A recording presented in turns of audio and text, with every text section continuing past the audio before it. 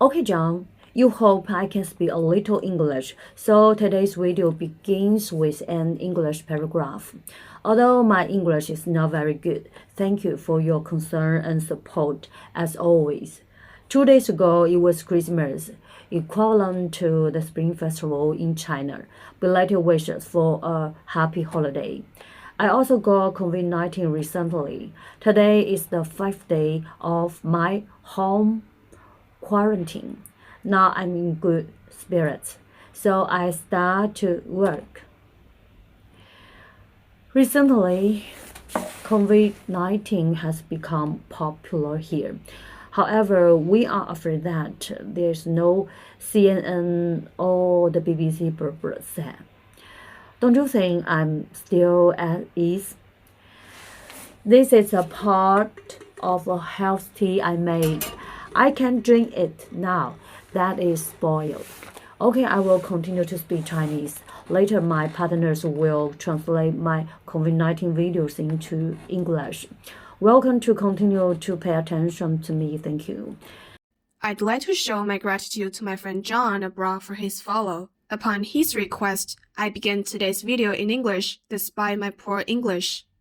I show my heartfelt thank you for his kind follow. Look at my dressing today. Isn't it a bit odd? What do I get dressed like this for? What to do? I am going for cooking. Since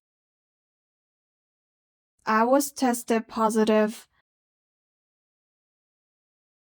my family members have been tested positive too, so I just move out of my shelter and live together with them. I now wear my father's arm sleeves and take charge of cooking for my family. I'd like to share with you about my 5th-day situation after I've been tested positive. I didn't take any medicine except a vial of 藿香正气 liquid. I rely mostly on food therapy, such as apple, boiled tangerine, roasted tangerine, and dry orange peel tea, etc. I have few symptoms except stuffy nose. You can find my nasal voice, right? Also, there's a frog in my throat. Luckily, there's no cough, although I've been speaking so long. I cough with phlegm and sore throat, but not as sore as swallowing a razor blade. No more other symptoms. The COVID virus is relatively friendly to me. Look at 3 boxes of medicine in front of me. I am not promoting the medicine.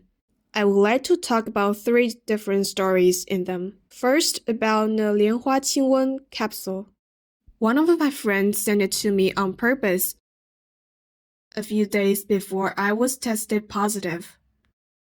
I check its packing. It's not a brand new one, but an old one with some scratches.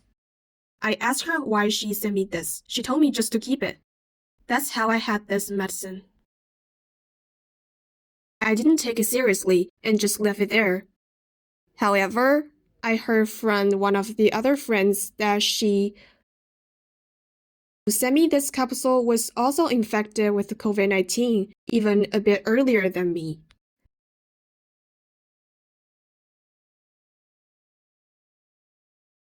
And what kind of medicine did she take? Well, she didn't keep any 莲花清瘟 capsule in her household, so she just took other 3 kinds of medicine that are not in a recent list of antiviral medications for COVID-19. This is the only box of 莲花清瘟 capsule she had, and she sent it to me. This box of ibuprofen is familiar to us, right? Recently, this gesture on the box has been widely spread and imitated on an internet video.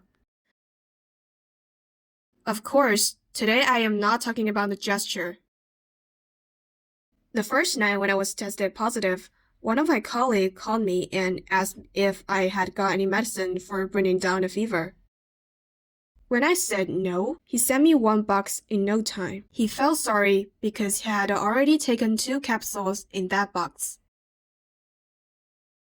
This means that this is again the only box he had. He was infected about 7 or 8 days earlier than me, and he said he was alright after taking 2 capsules. He emphasized that ibuprofen was a must to keep at home. That's how I received this medicine by the Intercity Express in that late evening. And this medicine, 和济公, must also be familiar to you, as its price had tripled on the internet recently. When informed that my family were infected, the daughter of my older girl cousin sent us this box of medicine. Not many, there are only 24 packs in a box, and she sent us 10 packs, which cost as much as an Intercity Express. Then yesterday, I got to know that her baby, the grandson of my older girl cousin,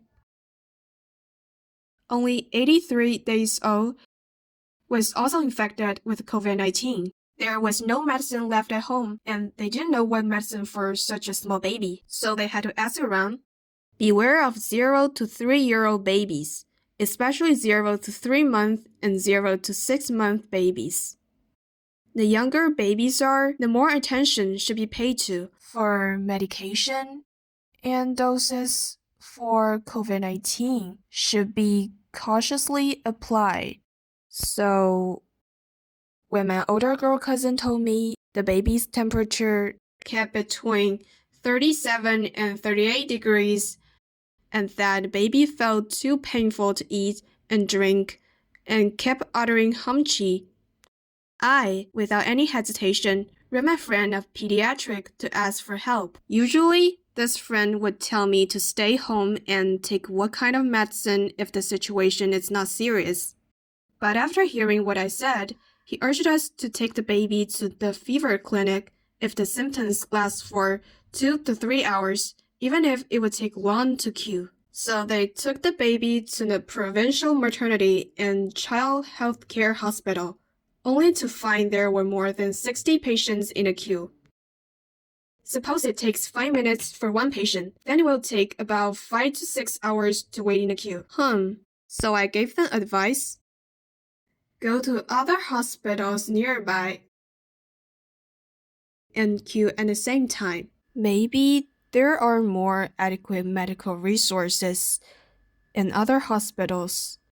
Luckily, the baby got to see the doctor after waiting for 8 patients in a nearby pediatric hospital. As my friend of pediatric predicted, when a baby's temperature stayed between 37 and 38, the fever was not manifested yet, and because the hands and feet were still cold, the temperature will continue to go up. When a baby arrived at a hospital, the temperature went to 38.4 degrees, which was high time to take medicine to bring the fever down. Luckily, the whole process went smoothly. I went accompanied with them to the hospital.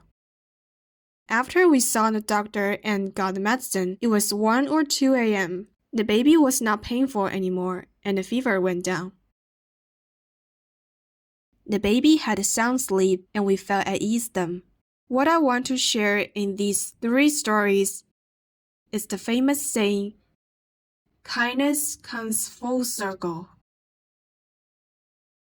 It means if we give kindness to others, we will receive more kindness in return. When we give others wisdom or money, they will return us more than we have given. This saying applies to Chinese way of the human relationship. For Chinese human relationship, it seems that people owe to each other. They keep this owing in the heart and try to figure out how to pay back. When owing is too much to pay back, the relationship gets deeper and deeper. Even between friends of no blood relationship. This is Chinese way of human relationship.